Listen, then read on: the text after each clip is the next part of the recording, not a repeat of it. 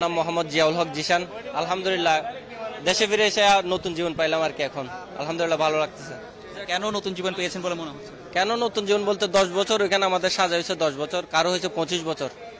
25 বছর মানে life time ওইখানেই, যার কোনো 25 বছর মানে 25 বছর, 10 বছর মানে 10 বছর ওইখানে ওইরকম সিস্টেম। আমাদেরকে দেওয়া হয়েছিল আমানত দোলা, মানে দেশদ্রোহী মামলা দেওয়া হয়েছে আমাদেরকে ওইখানে। তো এই যে আপনার জায়গায় 1.5 মাসের মধ্যে আমরা আলহামদুলিল্লাহ নিজের মাতৃভূমিতে ফিরে আসলাম। হয়তোবা ব্যবসা বাণিজ্য ফেলে আসছি, আর্থিক সংকটে পড়বো না যে না, সবকিছু তো ওইখানে ব্যবসা বাণিজ্য, এখানে চলে আসছি হুট করে, কিছু নাই, এখন জিরো। এখন দাবিটা কি?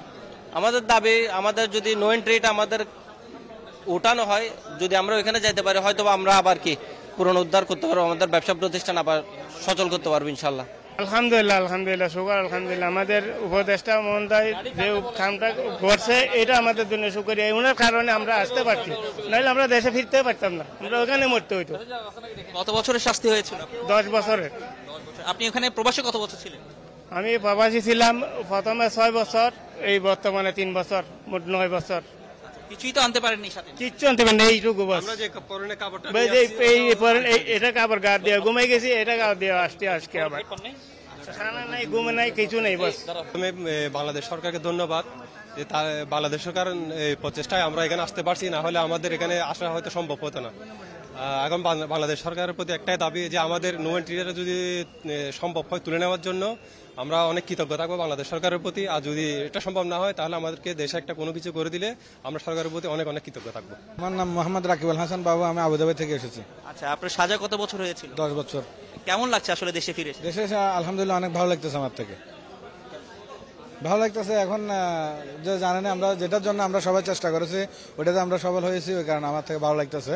আমরা আমাদের ওইখানে আমাদের স্টুডেন্ট ভাইরা যারা এখানে আন্দোলন করেছে তাদের সাথে আমরা একত্রতা প্রকাশ করেছি, বাস এটাই। এখন আপনাদের কোনো দাবি আছে কিনা? কারণ আপনাদের এক কাপড়ে দাবি, আমাদের ওইখানে আমাদের ব্যবসা প্রতিষ্ঠান ছিল, ওইটাও শেষ, সবকিছু শেষ আমাদের। এখন একটাই দাবি, এখানে যদি ওই দেশে যদি আমরা যাইতে, ওই দেশে অবশ্যই যাইতে পারবো না, আমাদেরকে নুয়েন্টি দিয়ে দিছে।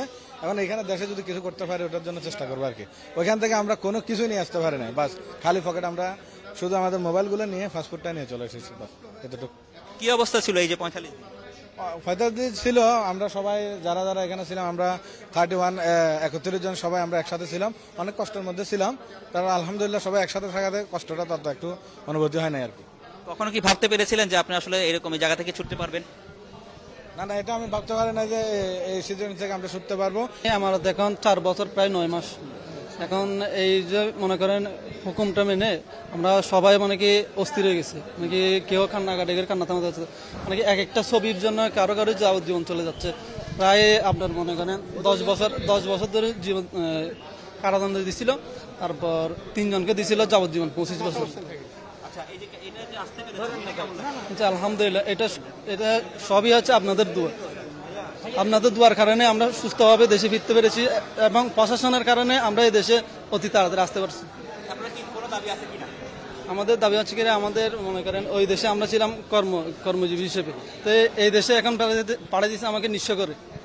এখনো পর্যন্ত আমাদের যদি সরকার যদি এই দায়ভারটা নিয়ে নেয় তাহলে আমাদের জন্য একটু সুবিধা হয়। মুক্ত হইতে অবশ্যই ভালো লাগছে, কেননা আমাদের দূতাবাস থেকে সহকর্মীরা গেছে, আমাদেরকে অনেক হেল্প করছে। তার কারণে ওনারা গেছে বিদায় হয়তো আমরা মুক্ত হতে পারছি, না হলে মুক্ত হওয়ার তেমন কোনো ছিল না। আমাদের প্রায় অনেকদিন সাজা হয়ে গেছিল, তা দূতাবাস আমাদের হেল্প করছে বিদায় আমরা আজকে মুক্ত হতে পেরেছি। আজকে মুক্তই আমাদের অনেক ভালো লাগতেছে।